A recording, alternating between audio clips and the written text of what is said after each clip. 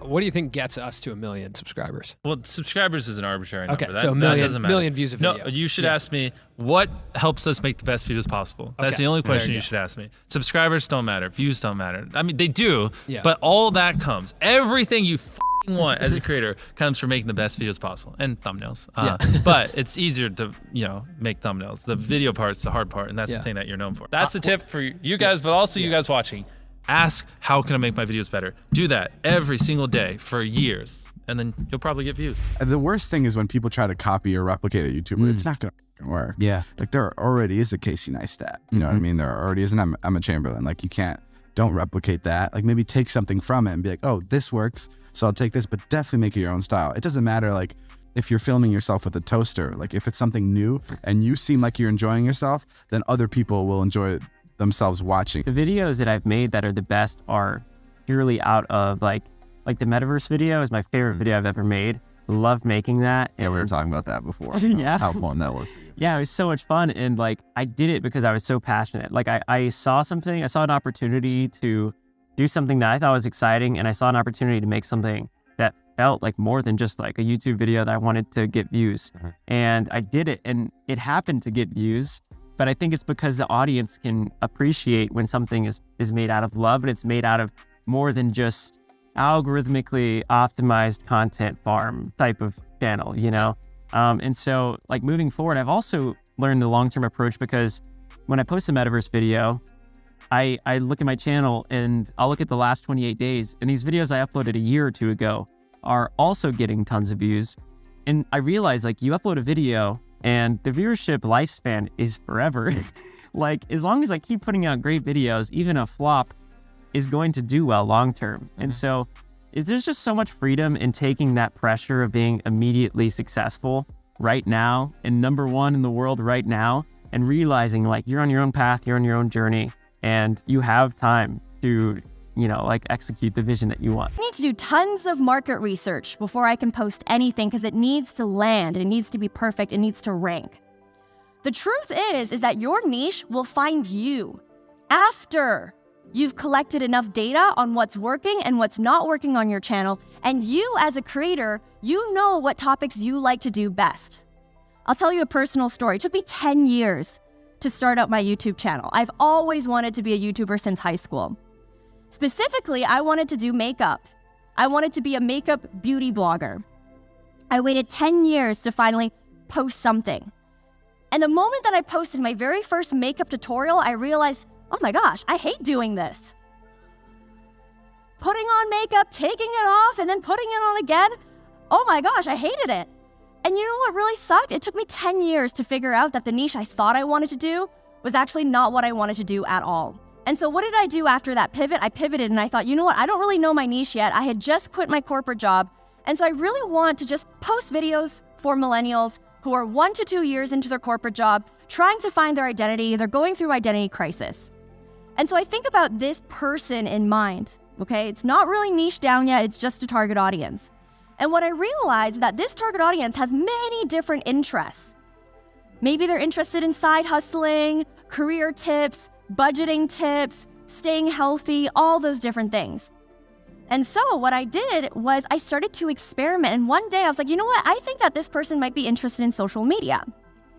And so I finally posted a video that seemed out of the blue at the time. It was my first video about Instagram. And that video took off. And today it has 6.2 million views on YouTube.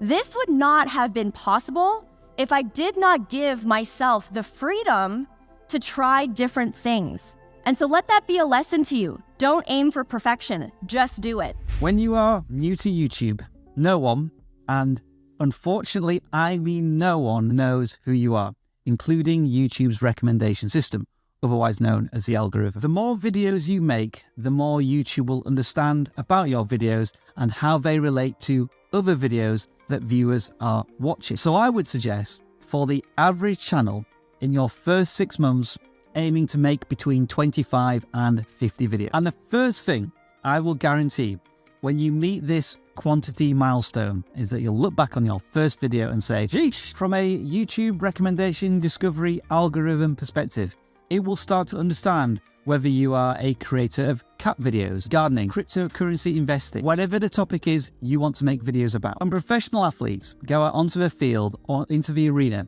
it is after thousands and thousands and thousands of hours of practice. Well, in one sense, YouTube is the same. It requires thousands of hours of practice, patience, and learning. But the difference is, it's better to do all of this in public because you get so much feedback from it. And there are pretty much no penalties, especially when you're starting out your new channel, because you've got nothing to lose. Making these videos will help develop consistency, getting better at video production, optimizing your video content, such as the titles and thumbnails, learning what it takes to make quality videos. If you want to be a successful creator, you have to embrace the fact that your audience is not only the final audience, but they're also your focus group.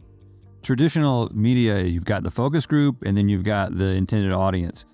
That distinction goes away. Your fans are your focus group. And if you don't listen to them, you're not going to be a successful creator long term. And you also, we were just talking about this earlier today, there's two aspects to your content. There's the product and there's the performance. And a lot of really, creatively purist people can never accept that the performance of the content, you don't embrace the quality of the product and then the performance itself of that product. It just can't happen. You're going to lose too much steam. You find signal that something is working. When we first said, is Cinco de Mayo in 2015, whenever we did Will It Taco, let's just throw stuff in a taco for an episode. It was just an episode idea. And then, it actually took us a little while to realize we should do that again, but not with tacos. We should do Will It as a sub-series. Yeah. And so, but we had that signal. Then you get to a point where it's, can we do this better next time? Can we double down on this? Can we triple down on this? Is this a format that we can do every month? Once you do that, it's actually harder to find the signal for when you should stop doing something, when you need to move on. Interesting. That's the real challenge. Your title and thumbnail set expectations. And at the very beginning of the video, to minimize drop-off, you want to assure them that those expectations are being met. You click on a video where, of his, where it's like, Tether is a scam. And then at the very beginning, he starts talking about literally anything else. Then you are like, oh, this is bull. This isn't what I clicked on. But if at the very start of the video, you go, Tether is a scam, and I'm going to teach you why, then it's like, okay, you match the expectations. So at the very beginning, match the expectations, and then you want to exceed them. So you want to assure people that what they clicked on is what they're getting, and then blow their mind and be like, but you're also getting even more. That's how you lower drop-off, which a lot of people, sometimes it takes them like 20 seconds to really meet the expectations. And so you lose, that's where you're going to lose everyone. Everyone's videos start like this, and then it levels off. So you want to reduce the amount of people that click off. You basically want to remove every dull moment. You probably want to find the 10 most critical people make them watch the video and just roast it. Certain things like if I just talk to a camera for 10 seconds without a cut, a lot of people will just get bored or they'll lose interest. So having a B cam and a C cam and you can just talk for 10 seconds, but 3 seconds in cutting to a B cam and then a C cam, now it's more interesting, even though it's essentially the same thing and not that crazy. But you want to have good pacing. Typically having a payoff at the end keeps them, right? Last sleeve circle wins 10 grand. If there is a lull moment halfway through, you're going to watch to the end because you want to see who wins the 10 grand.